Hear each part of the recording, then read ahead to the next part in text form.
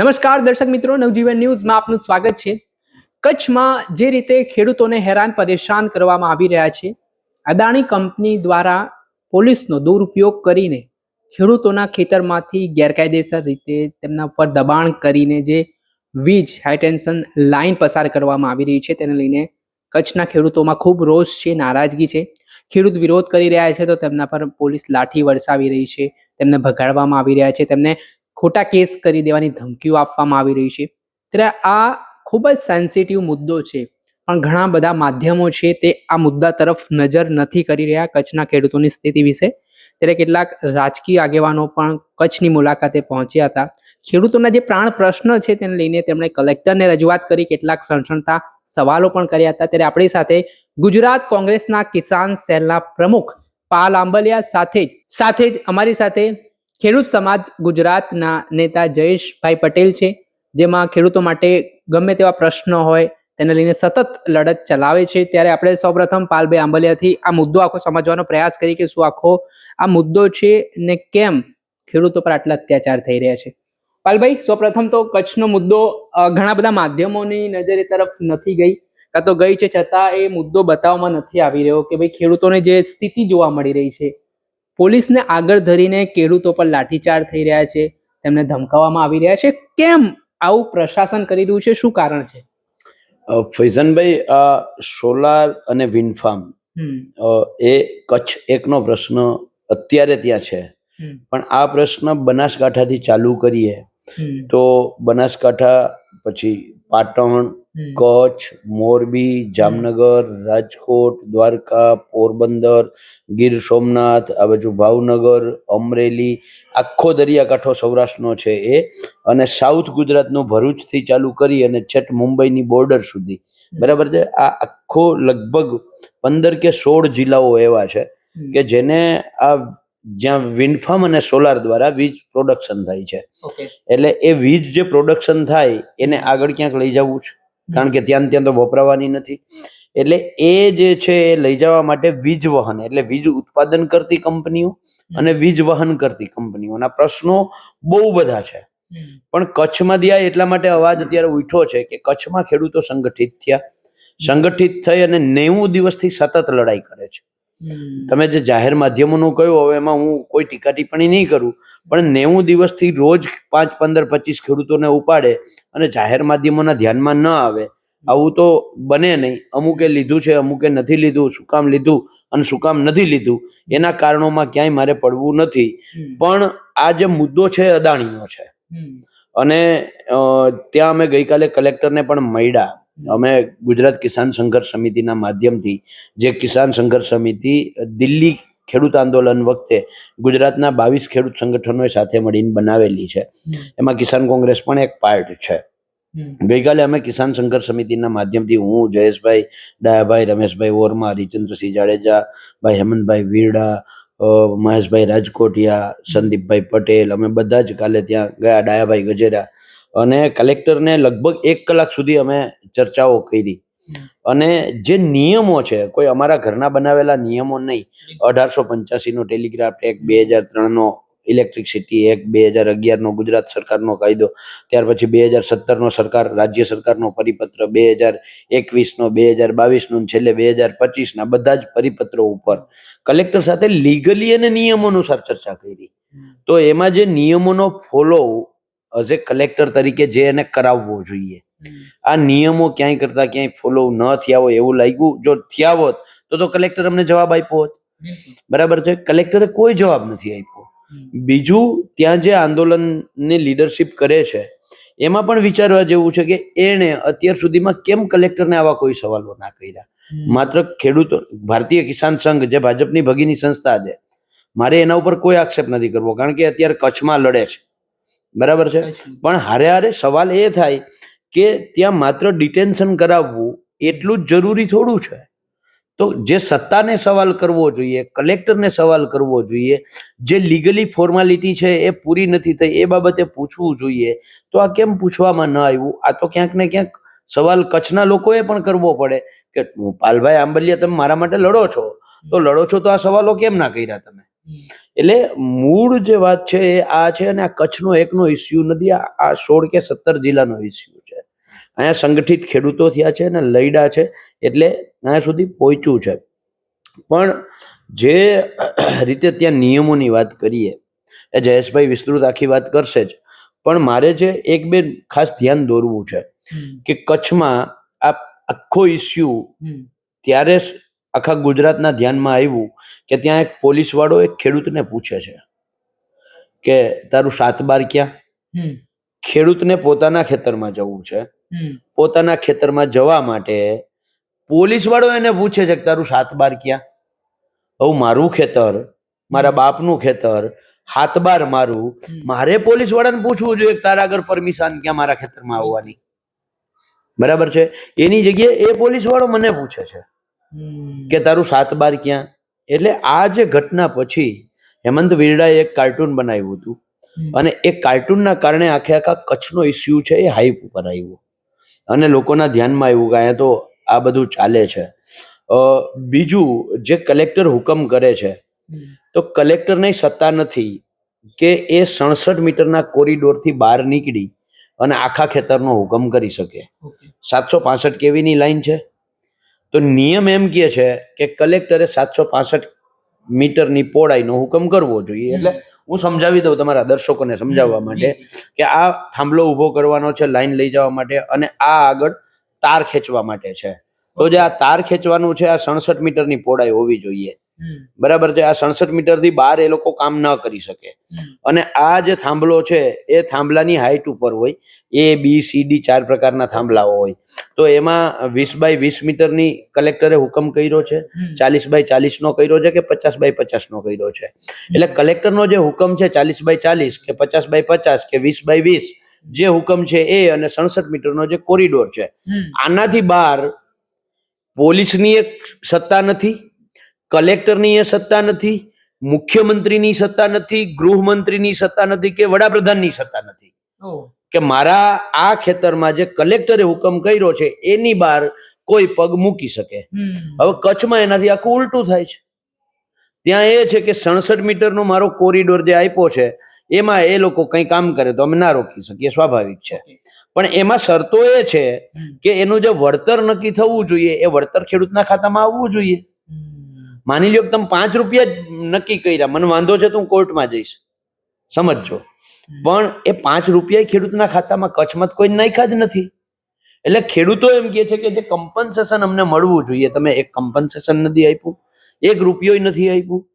Number 2, અમારા 67 મીટરનો જે કોરિડોર તમે નક્કી કરી દીધો છે, તો આ 67 મીટરના કોરિડોરને મૂકી અને મારું 50 એકરનું ખેતર દે તો 50 એકરમાં જવા માટે મારા આગળ 7/12 માગે છે. પોલીસ પ્રોટેક્શન ઉપર આપણે આવીએ, પણ પોલીસનું કામ શું જોવું જોઈએ? આ 67 મીટરમાં કામ કરતા નથી રોકતા, આ 50x50માં કામ કરતા નથી રોકતા. આ કામ પોલીસનું હોવું જોઈએ. એની જગ્યાએ પોલીસ મારા આખા ખેતરમાં મન ના જવા દે.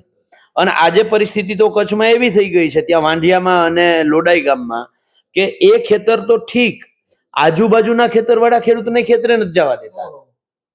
તો સવાલ એ છે કે નિયમ તો 67 મીટરનો છે, કોરિડોરનો છે, 50x50 છે. એમાંય મોટી વાત, આ 67 મીટરમાં પહોંચવા માટે, માની લ્યો કે હું ફરીથી આનાથી તમને સમજાવું કે કલેક્ટરે આ 67 મીટર, આ મારું ઊભું ખેતર છે, આ 67 મીટરનો કોરિડોર નક્કી કર્યો છે, બરાબર છે, અને અહીંયા 50x50 થાંભલો છે. હવે અહીંયા પહોંચવા માટે એને કાં તો આ 67 મીટરના કોરિડોરમાં એને ટ્રેક્ટરો લઈ આવવા જોઈએ, એના સાધનો લઈ આવવા જોઈએ, પણ એ ઘૂસે છે અહીંયાથી આમ આડું, બરાબર છે. અહીંયા એને જવા માટે એ શું કરે છે, અહીંયાથી આ હાઈવે છે, હાઈવેથી અહીંયા ઉતરો, આ મારા કાકાનું ખેતર છે, એની બાજુમાં મારા કાકાના દીકરાનું ખેતર છે, એની બાજુમાં મારા સગાભાઈનું ખેતર છે, અને અહીંયાથી મારા ખેતરનો શેઢો ચાલુ થયો. તો જ્યારથી આ હાઈવે મૂક્યો ને ખેતરોમાં એન્ટર થયા, ત્યારથી આ બધું તો અમારો પૈતૃક ખેતરો છે, અને એમાંથી મારી વાડીએ જવાનો અધિકાર આ અમારા ખેતરમાંથી અમે આપ્યો છે, ભાઈ ભાગમાંથી. તો આ જે માર્ગ છે ને, આ માર્ગનો અધિકાર મારો છે, બરાબર, સમજાણું? આ માર્ગનો અધિકાર મારો છે. આમાં કલેક્ટર હુકમ ના કરી શકે ક્યાં તમે વાહનો આના જવા દેજો, કોઈ કાઢે ના કરી શકે, કારણ કે આ તો જે તે સમયે અમારું જે ટોટલ ખેતર હતું એમાંથી અમે 12 ફૂટનો રસ્તો મૂક્યો છે ભાઈઓ માટે થઈને. તો એમાં એ જમીન તો અમારી જ છે આજની તારીખમાં. એક બરાબર છે, કોઈની નથી થઈ જવાની. તો મારા કાકાને, મારા કાકાના દીકરાના, મારા ભાઈના ખેતરમાંથી એ પસાર થાય ત્યારે એની સાથે એ માર્ગનો વપરાશી હકનો એને કરાર કરવો જોઈએ. જો એ કરાર ન કરે તો મારો ભાઈ ઈચ્છે કે મારે આગળ નથી જવા દેવો તો એનું વાહન ના આવવું જોઈએ. હવે આ નિયમનો ભંગ થાય છે. હવે મારા ખેતરમાં 67 મીટર સિવાય બરાબર છે, એ માની લ્યો કે એને વીજપોલ આમ ઉભો કરવો છે, તો ઉભો કરવા માટે અહીંયાથી આમ તાણીઓ ખેંચે અને એ તાણીઓ 200 મીટર લાંબો જાય. બરાબર છે. હવે કલેક્ટરે તો અહીંયા 67 મીટરની જ છૂટ આપી છે. તો આ 200 મીટર આગળ જે તાણીઓ ખેંચવા માટે ટ્રેક્ટર લઈ જવું, ત્યાં ઘાઈ મારવી, બરાબર છે, એ ઘાઈ મારવાનો અધિકાર મારો અબાધિત છે. ત્યાં તો કલેક્ટરનો હુકમ નથી. ત્યાં એને ખેતરમાં ઘૂસવા દેવો કે ના ઘૂસવા દેવો આ મારો અધિકાર છે. બરાબર છે. અને ત્યાં એને એક ઘાઈ મારવા માટે મારે 5000 એને વપરાશી હક આપવો કે 50000 વપરાશી હક આપવો, એ તો મારો અધિકાર છે. હવે આમાં મને પોલીસે પ્રોટેક્શન આપવું જોઈએ, નહીં કે કંપનીએ. પોલીસનું કામ ક્યાં છે? 67 metre, 50 by 50 metre, 40 by 40 metre, 20 by 20 metre pole ઉભો કરવા માટે અને 67 મીટર કોરિડોર. આમાં જે હુકમ કર્યો છે, આ હુકમમાં માની લ્યો કે ખેડૂત સહમત, બરાબર છે, તો પછી આગળ જયારે ખેડૂતનું આ 67 મીટર સિવાયનું ખેતરનો ઉપયોગ કરે તો એમાં તો પોલીસને પ્રોટેક્શન કોને આપવું જોઈએ? ખેડૂતને આપવું જોઈએ. જગ્યા બહાર છે, બરાબર છે, કલેક્ટરના હુકમથી બહાર છે. તો એ જે થવું જોઈએ ત્યાં ખેડૂતને પ્રોટેક્શન નથી મળતું, કંપનીઓને મળે છે. એ તો કચ્છમાં તો અત્યારે પરિસ્થિતિ એ થઈ છે ફૈઝાનભાઈ, નવજીવન ન્યૂઝના માધ્યમથી કહેવા માંગુ છું કે આ 67 મીટર છોડો, આ મારું ખેતર આખું છોડો, આ બાજુમાં જે ખેતર છે એને ગરવા નથી દેતો, આ બાજુમાં ખેતર છે એને નથી ગરવા દેતા, વાડીએ જવા દેતા. હવે અત્યારે શિયાળુ પાકની વાવેતરની સિઝન છે, બરાબર છે, અને ખેડૂત અત્યારે વાડીએ ના જાય તો ક્યારે જાય? એટલે 90 દિવસથી આ પરિસ્થિતિ કચ્છમાં છે. અને એટલે ગઈકાલે મારે જયેશભાઈને, ડાયાભાઈને, રમેશભાઈને, હરિચંદ્રસિંહને, હેમંતભાઈ વીરડાને, મહેશભાઈ રાજકોટિયા, સંદીપભાઈ પટેલ, અમારે બધાને કાલે એટલે જ આવવું પડ્યું કે જે નિયમો છો એનું તો પાલન કરો. અને અમે ગઈકાલે કલેક્ટરને કહીને આવ્યા 24 તારીખ સુધીમાં તમારે જે એમને અમારા દરેક સવાલમાં એણે એવું કહ્યું હું તપાસ કરીશ, હું તપાસ કરીશ, હું તપાસ કરીશ. તો અમે કહ્યું 24 તારીખ સુધીમાં તમે તપાસ કરી લ્યો. 24 તારીખે અમે પાછા આવીએ છીએ, તે દિવસે જવાબ આપજો, જોઈએ 24 તારીખે શું જવાબ આપે છે. પણ ગઈકાલે અમારા નીકળ્યા પછી સમાચાર સાચા હોય ખોટા નહીં, પણ મને 2-3 પેપરના કટિંગ આવ્યા, એમાં કચ્છ કલેક્ટરે જાહેરનામું બહાર પાડી દીધો છે. અચ્છા, શું જાહેરનામું? કે 4 જણાથી વધારે એટલે 188, હા બરાબર છે, સરકારી કચેરીઓમાં કોઈ ભેગું ના થવું, બરાબર છે. આવું મારા ઘર પેપરના કટિંગ આવ્યા છે. અને એ જે છે, જો આ થયું હોય તો એનો અર્થ એવો કે સરકાર ક્યાંક ને ક્યાંક ડરી છે. અમે 24 તારીખની જે એના આગળ જવાબ લેવા જવાના હતા, આ જવાબ લેવામાં ક્યાંક ને ક્યાંક ડર ઉભો થયો છે. આર્યુ જાહેરનામું જો પેપરનું કટિંગ છે 2 ડિસેમ્બર સુધી બંધી અમલમાં, બરાબર છે. એમાં નીચે બહુ સ્પષ્ટ લખ્યું છે, જાહેર સ્થળોએ વગર પરવાનગીએ 4 કે તેથી વધુ વ્યક્તિઓએ ભેગા થઈને આવેદન પત્ર આપવા પર પણ પ્રતિબંધ મૂકવામાં આવ્યો છે, જેનો અમલ પણ તારીખ 2/12/2025 સુધી કરવાનો રહેશે. એનો અર્થ એવો કે દેશની અંદર ધીરે ધીરે લોકશાહી ખતમ કરે છે. જે કલેક્ટરે 24 તારીખે જવાબો આપવાના હતા, અમે કહીને આવ્યા છીએ કે અમે 4-5 હજાર ખેડૂતોને સાથે લઈ અને તમારી પાસે જવાબ માંગવા આવીએ છીએ, તો અમે કચ્છ બહાર હજી નથી નીકળ્યા, કચ્છ જિલ્લાની બોર્ડર ક્રોસ નથી કરી, એની પહેલા તો અમારા હાથમાં જાહેરનામાનું આ પેપર કટિંગ આવ્યું છે. પછી ખૂબ ગંભીર વાત કરી છે. 24 તારીખનો સમય હતો, પણ જે રીતે એક તાનાશાહી ભર્યો આ નિર્ણય કહી શકીએ કે લેવામાં આવ્યો કે સીધી આમાં જે 188 ની કલમ, કર્ફ્યુ જેવી કલમ કે 4 લોકો ભેગા ના થાય તેવી કલમ ઉમેરી દેવામાં આવી. આપણી સાથે જયેશભાઈ પટેલ છે, જે ખેડૂતો માટે સતત લડે છે. તેમનાથી આપણે કચ્છમાં જે અસરગ્રસ્ત ખેડૂત છે તેમની સંખ્યાઓ શું છે, કઈ કઈ હાલાકીઓ ત્યાંના ખેડૂતોને પડી રહી છે, તેના વિશે વાત કરીએ. જયેશભાઈ, જે હાઈટેન્શન જે લાઈનનો પ્રશ્ન છે, અદાણી ગ્રુપ આમાં ઇન્વોલ્વ છે, એ લોકોને વીજ કનેક્શન ત્યાંથી પસાર કરવા છે. ખેડૂતો પોતાના હક અધિકાર માંગી રહ્યા છે કે ભાઈ અમને એ પ્રમાણે વળતર ચૂકવવું જોઈએ. કેટલા ખેડૂતો આનાથી અસરગ્રસ્ત થયા છે, પીડિત છે, ને જે છેલ્લા 90 દિવસથી આંદોલન ચાલી રહ્યું છે, તો પોલીસનું કેવું વલણ ત્યાંના ખેડૂતો સાથે છે? પોલીસ તંત્ર અને વહીવટી તંત્ર અદાણીના પેરોલ પર હોય એવી રીતે વર્તી રહ્યા છે.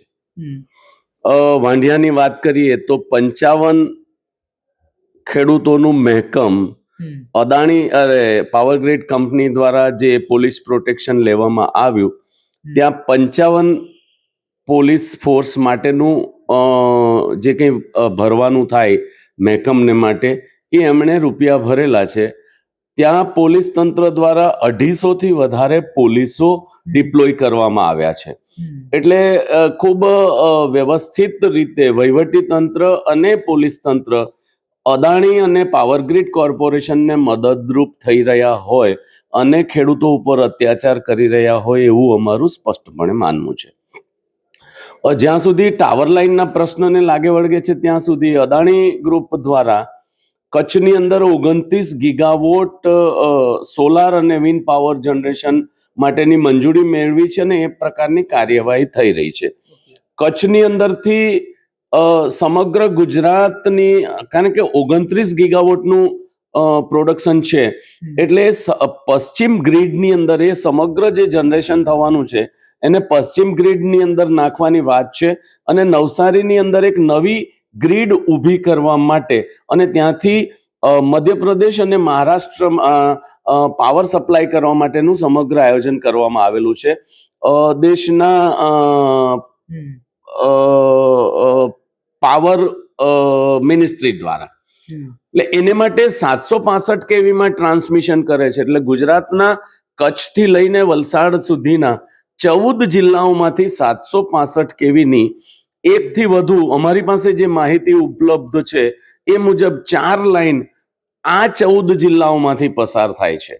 અને અલગ અલગ જગ્યાએ સબસ્ટેશન બાંધવામાં આવે છે અને ત્યાંથી ફરીથી ફર્ધર ડિસ્ટ્રીબ્યુશન કરવા માટેની નવી લાઈનો, જે 440 કેવીમાં અથવા તો 220 કેવીમાં કે 66 કેવીમાં, એ સબસ્ટેશનમાંથી ટ્રાન્સમિશન કરવા માટેની લાઈનો બાંધવામાં આવી રહેલી છે. એટલે કેટલી લાઈનો બાંધવા, અમારી પાસે જે એક ઇન્ફોર્મલ માહિતી છે એ મુજબ કચ્છ અને સમગ્ર ગુજરાતની અંદર અત્યારે જે હયાત લાઈનો છે એ હયાત લાઈનો સિવાય બીજી 50થી વધારે લાઈનો ગુજરાત રાજ્યના 33 જિલ્લાઓમાંથી પસાર થવાની છે. હવે આપ વિચાર કરો કે આ પ્રકારની લાઈનો પસાર થતી હોય અને 765 કેવીનું સૌથી મોટો ટાવર હોય, એનો મિનિમમ બેઝ 22 મીટર બાય 22 મીટરનો હોય, એટલે લગભગ 500 સ્ક્વેર મીટર જગ્યા એક ખેતરમાંથી થાંભલો ઊભો કરો એટલે 500 મીટર જગ્યા એકદમ વાપરવા લાયકમાંથી મટી જાય. હવે એમાંથી જે વાયરો પસાર થાય છે એ વાયરો 22 મીટરના ટાવર ઉપરથી પસાર થાય, પણ એની જે બિલ્ડિંગ કંટ્રોલ લાઈન લાગે છે એ કુલ્લે 67 મીટરની અંદર ખેડૂત દ્વારા, એટલે કોઈ બાગાયતી પાકોનું વાવેતર નથી કરી શકાતું, એ જે પાકો જે ઊંચા થઈ શકે એ પાકોનું વાવેતર નથી કરી શકાતું. એટલે ખેડૂત માટે અમુક મર્યાદિત પાકો લઈ શકાય એવી એક લિમિટેશન આવી જાય છે. એટલે ખેડૂતો દ્વારા, સમગ્ર 14 જિલ્લાના ખેડૂતો દ્વારા એવી વાત ઉપસ્થિત કરવામાં આવે છે કે જે વળતરની પ્રક્રિયા નક્કી કરવામાં આવે છે એ જિલ્લા wise, collector to collector, collector wise કે કેટલો આક્રોશ ખેડૂતોમાં છે એને એકોર્ડિંગલી એ લોકો વળતર નક્કી કરતા હોઈએ છે. એટલે કચ્છની અંદર સૌથી ઓછું 5-7 લાખ રૂપિયાથી શરૂ કરીને દક્ષિણ ગુજરાતમાં જાઓ તો એ 1.25 કરોડ 1.5 કરોડ સુધીનું વળતર નક્કી કરવામાં આવે એક ટાવર માટે.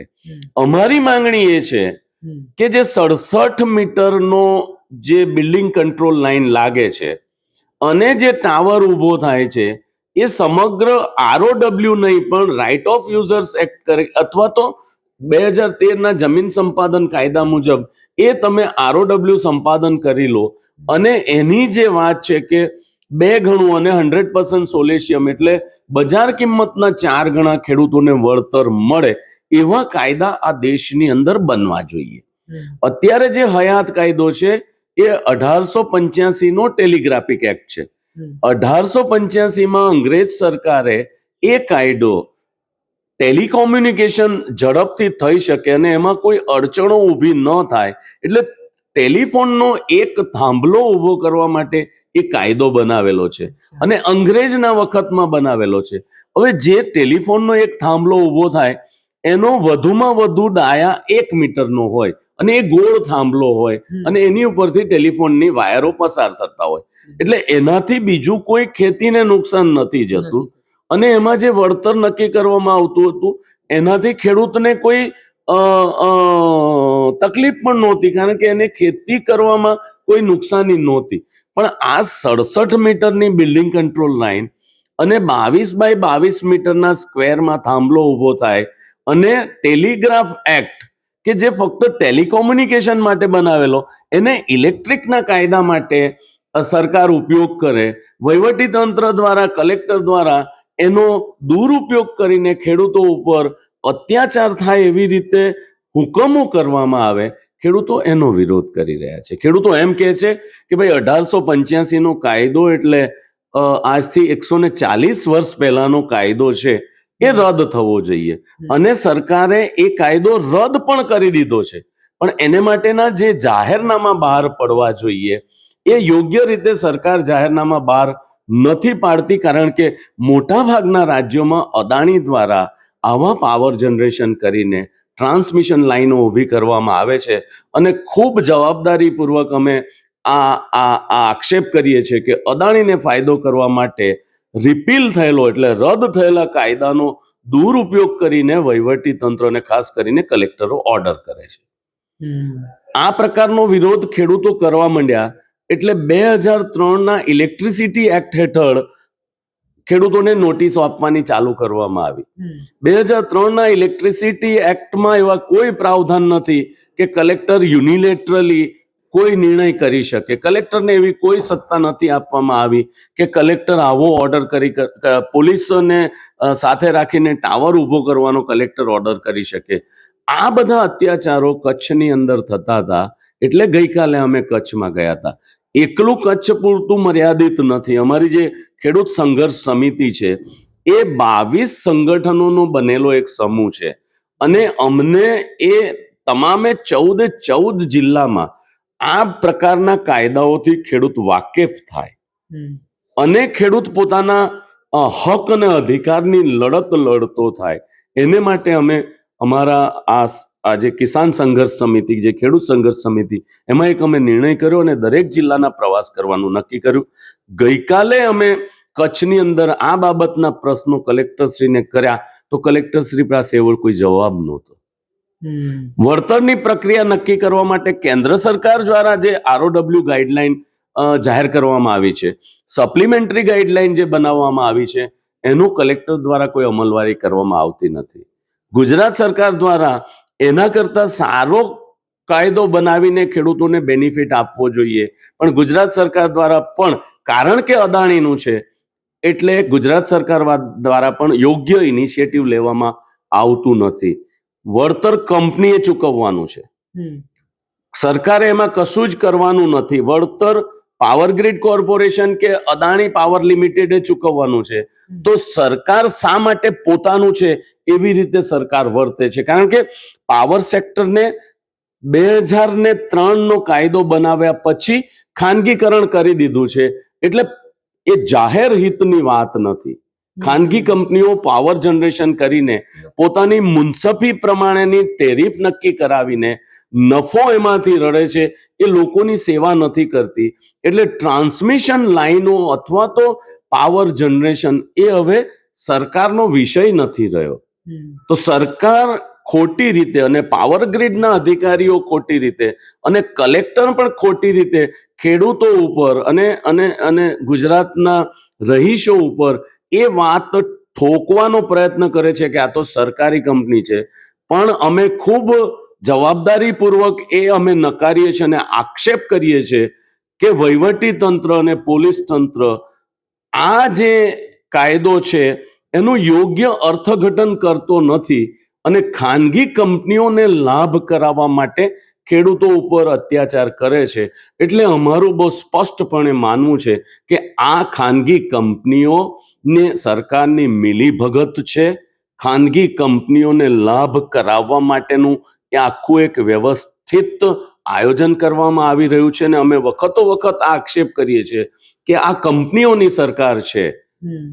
લોકશાહી નથી, આ કંપની સરકાર તરીકે ચાલે છે અને ખેડૂતો ઉપર અત્યાચાર કરી રહ્યું છે એવું અમારું ખૂબ જ સ્પષ્ટપણે માનવું છે. પાલભાઈ, જોઈએ તો રાહુલ ગાંધી સતત અદાણી હોય કે અંબાણી હોય તેનો વિરોધ કરતા આવ્યા છે. ખેડૂતોના પ્રશ્નોની વાત કરીએ તો કોઈ પણ આદિવાસી વિસ્તારોમાં પણ વિકાસનો પ્રોજેક્ટ લાવવામાં આવે તો આદિવાસી સમાજની જે જંગલ જમીન જે એમને ખૂબ મહત્વનો વિષય રહ્યો છે, એમની જમીનો છીનવવાના પ્રયાસો થયા છે. હવે કચ્છમાં પણ ખેડૂતોની ફરિયાદ છે કે બળજબરીપૂર્વક તેમના ખેતરોમાંથી હાઈ ટેન્શન લાઈન પસાર કરવા માટે પોલીસ બળજબરી કરી રહી છે. પણ સવાલ અહીંયા એ ઉઠી રહ્યો છે કે જે સ્થાનિક ત્યાંના જે ધારાસભ્ય હોય કે જે ખેડૂતોના મતે ચૂંટાયા છે એ મેદાને નથી આવી રહ્યા. વિપક્ષમાં કોંગ્રેસ હોય કે આમ આદમી પાર્ટી હોય એ મેદાન નથી દેખાઈ રહી કે ભાઈ આટલું બધું દમન ચાલી રહ્યું છે. તો આ બાબતને લઈને તમારું શું માનવું છે? કેમ આવી રીતે આ શાંત, હજી કચ્છમાં 90 દિવસ જેટલો સમય વીતી જાય છતાં તંત્ર અવળચંડાઈ કરે? જો એમાં હું તમને કહું કે જે ચૂંટાયેલા પ્રતિનિધિ છે ત્યાં મોટાભાગે જિલ્લા પંચાયતના સદસ્યોથી ચાલુ કરીને સંસદ સભા સુધી બધું જ ભાજપ છે. કોંગ્રેસે આમાં આ 90 દિવસથી જે ચાલે છે કે છેલ્લા 4-5 દિવસથી જે લડાઈમાં ચાલુ થયું છે, કોંગ્રેસનું પ્રતિનિધિ મંડળ જ્યારે આ લોકો ત્યાં ધરણામાં બેઠા હતા અહીંયા વાંઢિયા ખાતે, ત્યારે લલિતભાઈ વસોયા, લલિતભાઈ કગથરા, આખી ઋત્વિજભાઈ મકવાણા આખી ટીમ પણ ત્યાં ગઈ હતી. અમારા વીકે હુંબલ અને આખી કચ્છ જિલ્લા કોંગ્રેસની ટીમ ત્યાં જે લડાઈ ચાલે છે એમાં સતત સાથે રહીએ છે. ગઈકાલે અમે કિસાન સંઘર્ષ સમિતિના નાતે ગયા હતા, પણ તેમ છતાંય એ આખી ટીમ કાલે પણ સાથે હતી. પણ સવાલ એ છે કે જે ચૂંટાયેલા પ્રતિનિધિ છે એ જ તો આના કોન્ટ્રાક્ટરો છે. જે સંસદ સભ્યો, ભાજપના ધારાસભ્યો કે એના મળતિયાઓ, બરાબર છે, એ આમાં કોન્ટ્રાક્ટરો છે. 80% તો એ જ છે. તો એ કેવી રીતે વિરોધ કરે? નંબર 1. નંબર 2, ભાજપમાં અત્યાર સુધીમાં ક્યારેય સાંભળ્યું? દાખલા તરીકે જે ભાજપના ધારાસભ્યોએ કાગળ લખ્યા હતા કે ખેડૂતોનું દેવું માફ થવું જોઈએ, એ કાગળ લખીને સંતોષ માની લીધો, પણ પછી એ દેવું માફ કરાવવાની લડાઈ કરવા માટે નીકળ્યા ક્યારેય? એ હિંમત છે એનામાં? ભાજપમાં જે કોઈ અહીંયાથી ત્યાં જાય અથવા તો ત્યાં જે છે ત્યાં જાય એટલે બોલતી બંધ થઈ જાય. પણ એ વિષયમાં મારે અત્યારે લાંબુ પડવું નથી. મારે તો વળી પાછું આ વીજ લાઈન ઉપર જ આવવું છે. જયેશભાઈએ જે વાત કરી કે 67 મીટરના એક બિલ્ડિંગ કંટ્રોલ લાઈન, જેને હું કોરિડોર કહું છું, હવે એમાં જયેશભાઈ કહ્યું કે અમે ઊંચાએ કે જે ઝાડ થાય એટલે બાગાયતી પાક ના કરી શકીએ, એટલું જ નથી. એ 67 મીટરના કોરિડોરમાં હું કૂવો ના કરી શકું, ત્યાં હું મકાન ના કરી શકું. બીજું, આ જે ખેતરમાંથી આ વીજ લાઈન નીકળે એ ખેતરને હું એને એટલે કે બિનખેતી ન કરાવી શકું. બિનખેતીના નિયમોમાં સ્પષ્ટ છે કે વચ્ચે તમારા ખેતરમાંથી, અરે હા, તો એ કરે જ નહીં, સરકાર જ ના કરે, બરાબર છે. એટલે હું એ જ કહેવા જાઉં છું કે સરકાર જે એક ટાઈમનું અત્યારે જે વળતર આપે, શું આપે છે? એક ટાઈમનું અમારું પાક નુકસાનીનું વળતર આપે. એ પાક નુકસાનીનું વળતર કઈ રીતે? કારણ કે એની ઉત્પાદન સરકાર, દાખલા તરીકે મગફળી છે તો વીઘે 50 મણ ભલે થતી હોય, પણ સરકાર 16 મણ જ ગણે. અને સરકાર ભલે MSP 1452 રૂપિયા આપતી હોય, પણ એ જે જ્યારે વળતર આપવાની વાત આવે ત્યારે વીઘે 16 મણ અને છેલ્લા 3 વર્ષના માર્કેટિંગ યાર્ડના જે ભાવો છે એની સરેરાશ આપે, નહીં કે MSP, બરાબર છે. એટલે એ કિંમત, પાક નુકસાનીની કિંમતમાં એક જ વખતમાં અમને આપી અને સંતોષ માની લઈએ.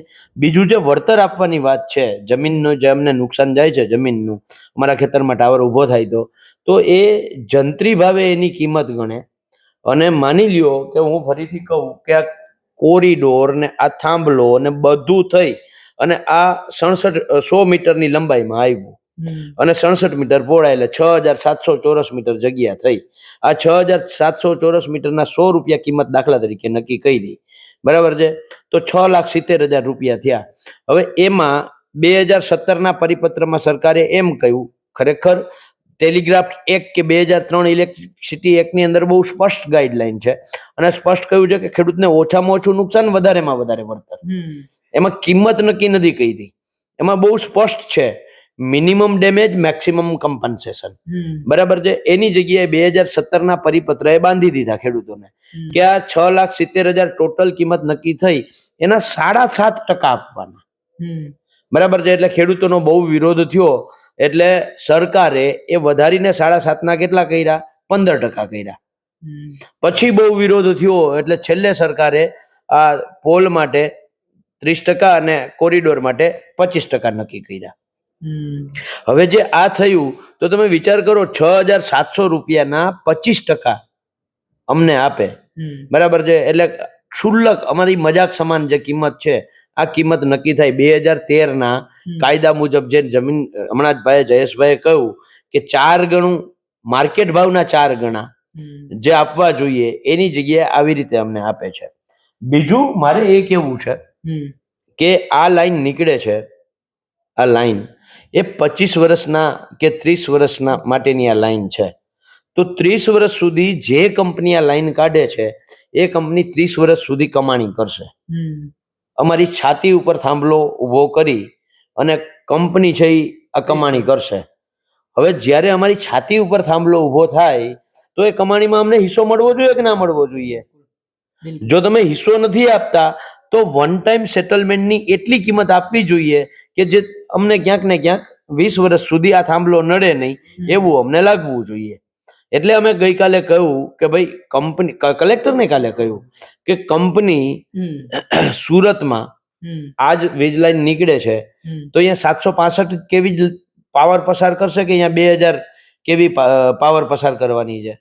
લાઈન તો એક જ છે, અહીંયાથી જેટલો પાવર ગયો એટલો જ એમાંથી પસાર થવાનો છે. તો અહીંયા 765 કેવી લાઈન પસાર થાય છે તો અહીંયા તમે એક પોલના 1 કરોડ રૂપિયા નક્કી કરો છો, કારણ કે CR પાટીલ અને હર્ષ સંઘવી એનું એ બાજુનો વિસ્તાર છે. એટલે CR પાટીલ ને હર્ષ સંઘવી કંપનીને કહી દે કે અહીંયા 1 કરોડ આપી દો તો આપી દેવાના. કચ્છમાં, સુરેન્દ્રનગરમાં, અમદાવાદમાં કોઈ નહીં. તો અહીંયા તમે 7.5 લાખ ને 8 લાખ ને 15 લાખ ને, પણ પાવર તો સરખો જ પસાર થાય છે.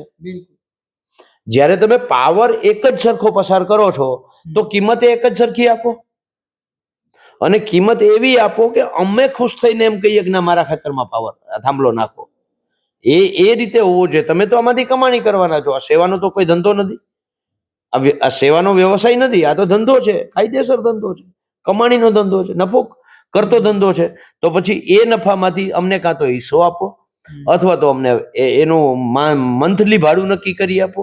અને જો તમે હિસ્સો નથી આપતા, મંથલી ભાડું નક્કી નથી કરી દેતા, જેવી રીતે હું બીજું એક ઉદાહરણ આપું, આ મોબાઈલ ટાવર જેટલા છે અમદાવાદમાં તમે જોતા હશો કોકના બિલ્ડિંગ ઉપર છે, આ જે શહેરમાં લોકો બેઠા છે એના ધ્યાનમાં આવે એટલા માટે એ મોબાઈલ ટાવર વાળા ધંધો કરે છે, બરાબર છે. અને હારે હારે સેવાનું પણ કામ છે. મોબાઈલ જેમ સેવાનું કામ છે, ટેલિકમ્યુનિકેશન સેવાનું કામ છે, વીજળી એવી જ રીતે સેવાનું કામ છે.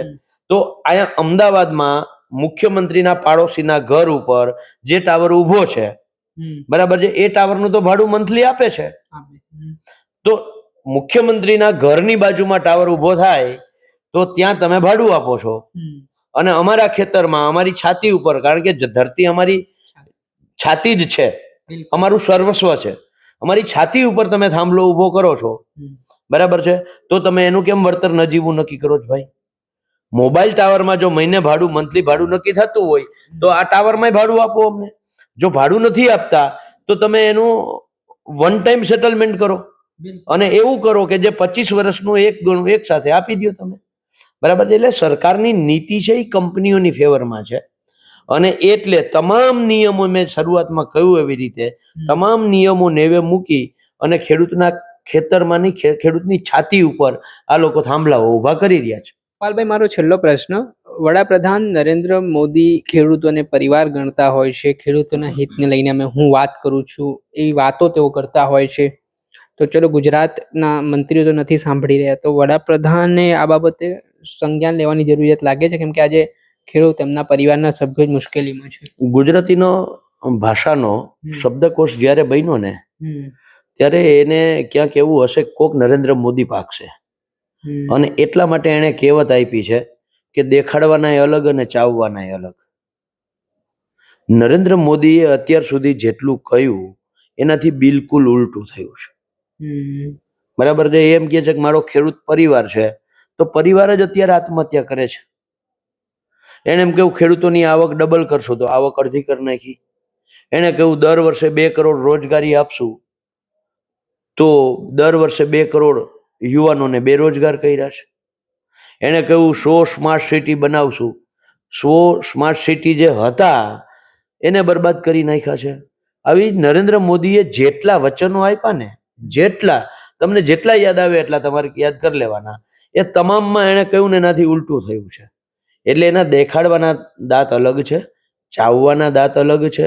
બરાબર છે. એટલે એ માણસનો અત્યારે કોઈ પણ ખેડૂતને જઈને તમારે પૂછવાનું, બરાબર છે, કોઈ કરતા કોઈ ખેડૂત એનો વિશ્વાસ કરશે નહીં. ચોક્કસથી ખૂબ ખૂબ આભાર. આ હતા કોંગ્રેસના કિસાન સેલના ગુજરાત પ્રદેશ પ્રમુખ પાલભાઈ આંબલિયા ને સાથે જ જયેશભાઈ પટેલ, ખેડૂત નેતા, જેમણે આ મુદ્દે ચર્ચા કરી અને કચ્છનો જે ખૂબ જ સળગતો પ્રશ્ન છે, ખેડૂતોની જે દયનીય હાલત ત્યાં બની છે 90 દિવસથી, જે રીતે પ્રશાસન હાવી થઈને બળજબરીપૂર્વક કામ કરાવી રહ્યું છે, તેને લઈને તેમણે પ્રકાશ પાડવાનું કામ કર્યું. અને આગામી સમયમાં તેઓ જવાબ માંગવા જવાના હતા તે પહેલા જ જે જાહેરનામાને લઈને જે બહાર પાડ્યું જાહેરનામું, તે પણ ખૂબ એક વિષય ચર્ચાનો પણ છે, ચિંતાનો પણ છે. ત્યારે આગામી સમયમાં જોવાનું રહ્યું કે આ ઘટનાની કેટલી ગંભીરતા છે તે ચૂંટાયેલા પ્રતિનિધિઓ કે જે વડાપ્રધાન સુધી આ વાત પહોંચે તો તેઓ લે છે, કાં તો પછી વિપક્ષ આગામી સમયમાં કઈ રીતની રણનીતિ બનાવે છે. દર્શક મિત્રો, આવા જ અવનવા વિડીયો આપના સુધી લાવતા રહીશું, એટલે નવજીવન ન્યૂઝને લાઈક કરી લો, સબસ્ક્રાઇબ કરી લો અને શેર કરવાનું ભૂલતા નહીં. વૈષ્ણવજન તો તેને કહીએ જે પીડ પરા